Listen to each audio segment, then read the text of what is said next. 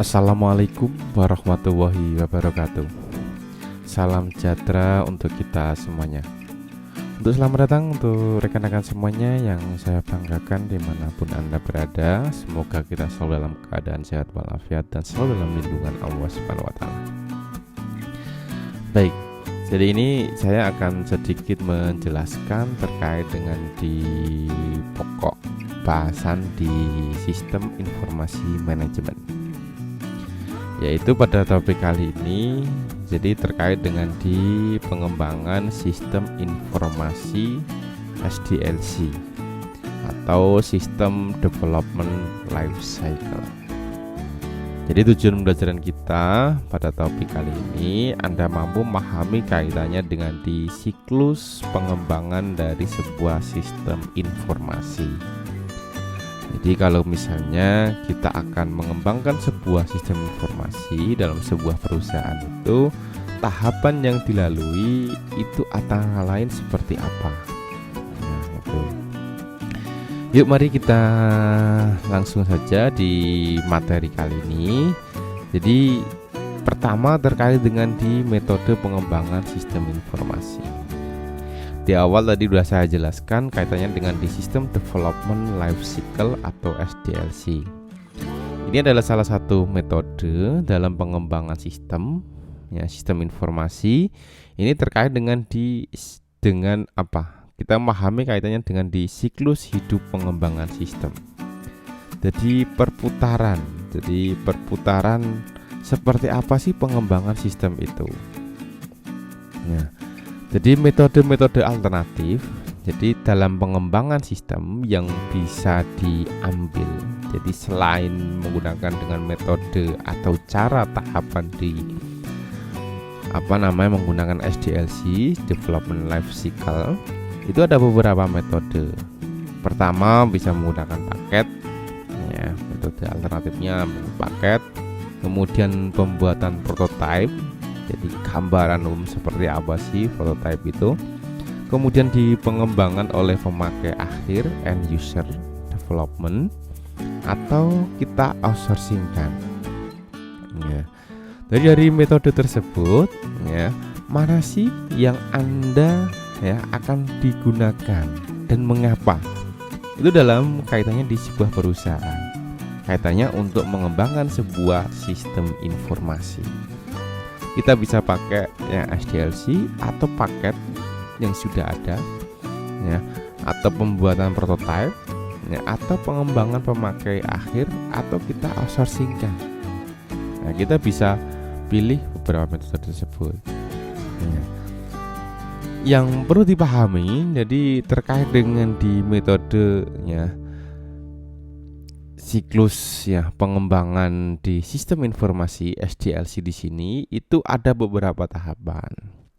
Bahwa dalam mengembangkan sebuah sistem informasi itu tahapannya seperti apa? Dimulai dari mana? Ya, mulai dari mana? Jadi yang pertama itu diantaranya adalah di analisis sistem. Jadi orang atau perusahaan yang ingin mengembangkan sebuah sistem informasi itu perlu melakukan yang namanya analisis sistem. Ini dalam metode SDLC. Karena pada dalam analisis sistem itu nanti akan ditemukan apa sih sebenarnya kebutuhannya, kemudian kelayakannya, sampai seperti apa nanti sistem akan dikembangkan. Itu di analisis sistem. Ya. Setelah analisis sistem itu nanti disepakati, disetujui, disesuaikan, maka dilanjutkan pada perancangan sistem. Jadi sesuai dengan kebutuhan, ya, kemudian kaitannya dengan kelayakan, barulah dirancang. Seperti apa yang sesuai dengan user, pengguna, dan seterusnya. Setelah perancangannya jadi, kemudian baru diimplementasikan, diterapkan, digunakan. Setelah digunakan, ya, maka perlu adanya yang namanya perawatan atau operasi. Itu. Nah, itulah sampai itu. Jadi dalam pengembangan sistem itu mesti apa? Oh, butuh dilaksanakan analis, dirancang, implementasi, kemudian dirawat.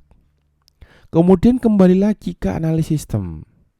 Jadi kalau misalnya sistem yang sudah kita kembangkan ini sudah tidak sesuai, ya kita akan analisa lagi. Ya, seperti itu, ya, berputar seperti itu. Di analisis sistem, perancangan sistem, ya, implementasi, kemudian di perawatan sistem. Ya. Kapan sih suatu sistem itu tidak digunakan lagi? Ya, maka sistem itu akan kembali ke tahap analisis sistem. Ya. Jadi pada saat sistem itu sudah tidak digunakan, maka akan mulai lagi dari awal. Apa sebenarnya yang mau digunakan? Ya. Itu di tahapan dalam metode SDLC. Ya. Jadi secara rinci, jadi analisis sistem itu isinya apa? Nah, jadi isinya apa? Jadi yang pertama adalah studi pendahuluan. Mengetahui kaitannya dengan di latar belakang, ya, kemudian kaitannya dengan di profil dan seterusnya. Itu studi pendahuluan. Kemudian setelah studi pendahuluan ada studi kelayakan. Itu isinya analisis sistem. Studi kelayakan. Seberapa sih kelayakannya? Jadi studi kelayakan itu kan kita bisa pakai yang namanya telos. Ya, jadi ada kelayakan teknologi, biaya dan seterusnya. Dalam analisis sistem juga akan menyatukan kaitan dengan di mengidentifikasi permasalahan dan kebutuhan pemakai. Masalahnya apa dan butuhnya seperti apa oleh pemakai ini. Makanya dalam SDLC ini ya akan bisa mungkin menyesuaikan dengan kebutuhan dari user atau pengguna. Kemudian memahami sistem yang ada. Dan yang sudah ada seperti apa? Atau mungkin belum ada. Atau yang sudah ada seperti apa? Kemudian menganalisis hasil penelitian. Nah, itulah isi dari analisis sistem itu sendiri. Ada studi pendahuluan, studi kelayakan, mengidentifikasi permasalahan dan kebutuhan pemakai, kemudian memahami sistem yang ada, menganalisis hasil penelitian. Nah, itu. Kemudian setelah analisis sistem itu tersedia ada, barulah dilanjutkan dengan di perancangan sistem atau sistem desain. Dirancang seperti apa? Sesuai dengan kelayakannya, ya, kebutuhannya, ya, hasil penelitiannya. Itu nanti hasilnya seperti apa? Jadi di perancangan sistem. Jadi perancangan sistem itu sendiri ada dua. Jadi perancangan awal, jadi awal seperti apa, kemudian perancangan rinci. Kalau saya boleh bedakan general dan detail. Nah, ini seperti apa gambarnya. Barulah setelah itu diimplementasi sistem. Implementasi sistem itu berarti apa?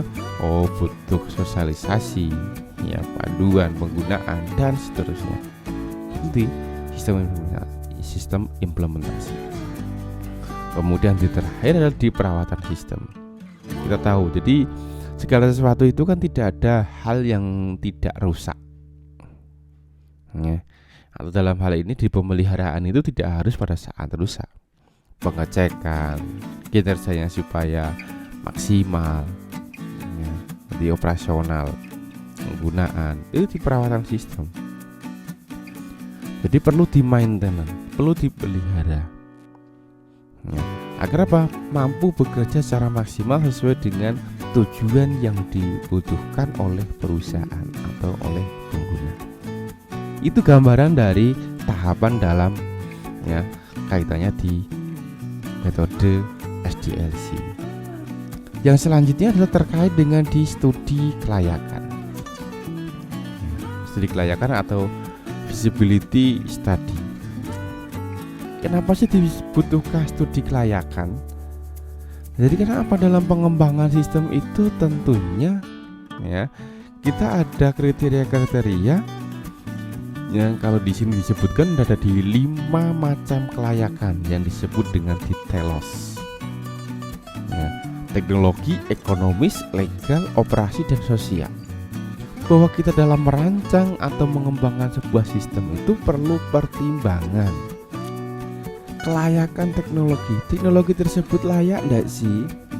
Kelayakan ekonomis dalam ini tentunya akan dibandingkan. Jadi manfaat dan biaya yang dikeluarkan seperti apa? Itu biasanya ekonomis paling gampang. Kemudian studi kelayakan legal. Legalitasnya seperti apa? Diperbolehkan apa tidak? kemudian kelayakan operasi dan kelayakan sosial. Itu dalam kaitannya di pengembangan sistem.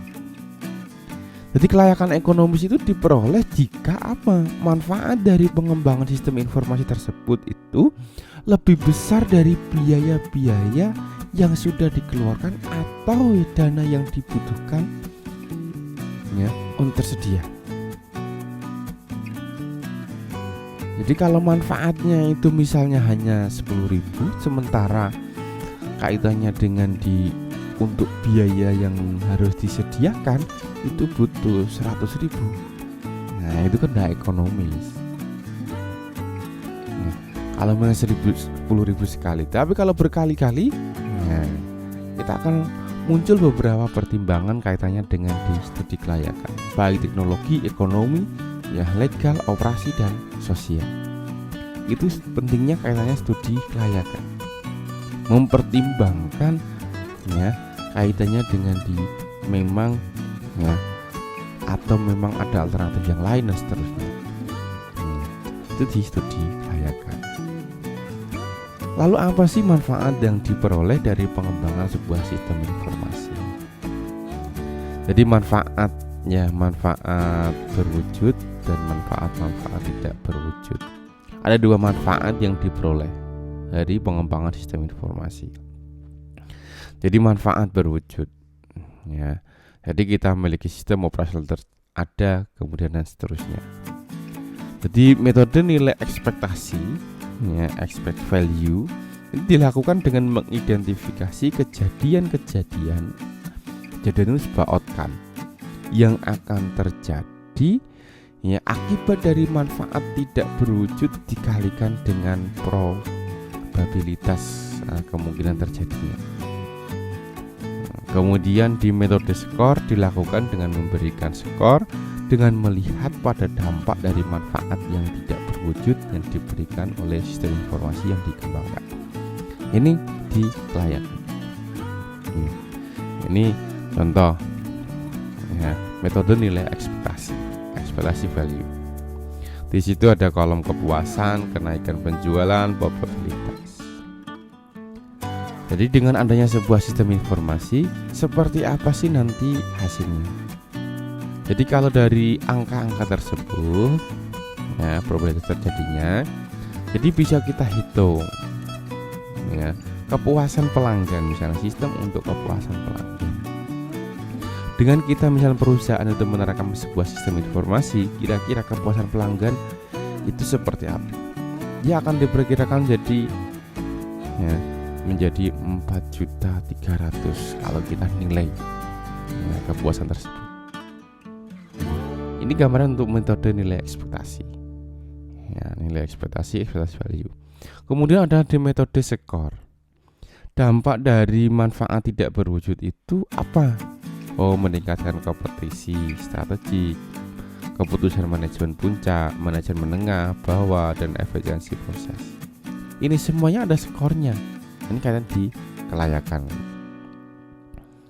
Jadi kaitannya lebih mengarah kepada strategik dan nilai skor akan lebih kecil jika dampaknya lebih mengarah ke operasional. Ini metode skor. Metode untuk menghitung kelayakan ekonomis. Ya, manfaat yang kelayakan ekonomis ini dicontohkan ke tingkat bunga 20%. Kemudian biaya perawatan sistem. Jadi seiring diabaikannya kenyataannya bahwa biaya perawatan sistem itu merupakan biaya yang cukup besar. Biaya perawatan sistem yang besar yang tidak disadari dapat digambarkan adalah sebagai apa? Ibaratnya sebuah gunung es, di mana di bawahnya itu sangat besar. Biaya analisis itu kecil, biaya perancangan kecil, biaya implementasi kecil. Yang besar itu sudah di biaya perawatan. Biaya perawatan yang besar berkisar 20% sampai dengan 30% dari total biaya pengembangan sistem, jadi tiap tahunnya. Jadi tiap tahunnya itu tadi biaya pengembangan sistem. Lalu bagaimana sih menghitung kelayakan ekonomis? Kalau kita contohkan dari tabel ini, jadi hasil analisis ini menunjukkan bahwa proyek pengembangan sistem informasi tidak layak secara ekonomis. Karena apa?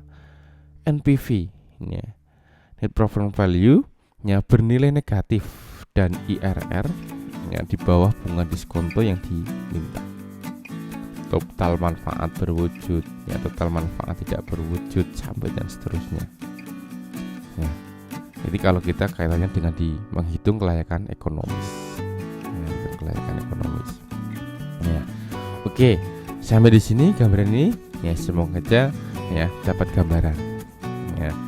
Dari penjelasan tersebut ya, model SDLC ya, silakan Anda diskusikan coba ya. Apa sih sebenarnya kelebihan dan kekurangannya untuk kaitannya dengan di model atau metode pengembangan sistem menggunakan SDLC tersebut ya. Silakan Anda melakukan diskusi ya, dari gambaran-gambaran yang ada terkait dengan di SDLC ya. Bisa catat ya di kolom komentar yang sudah ada, bisa di lewat atau mungkin di di video ini ya. Oke, itu ya. Jadi silakan kita diskusikan bersama terkait dengan di gambaran SDLC ini, terkait dengan di kelebihan dan kekurangan dari SDLC tersebut. Oke, penjelasan saya cukupkan, jadi saya akhiri. Wassalamualaikum warahmatullahi wabarakatuh.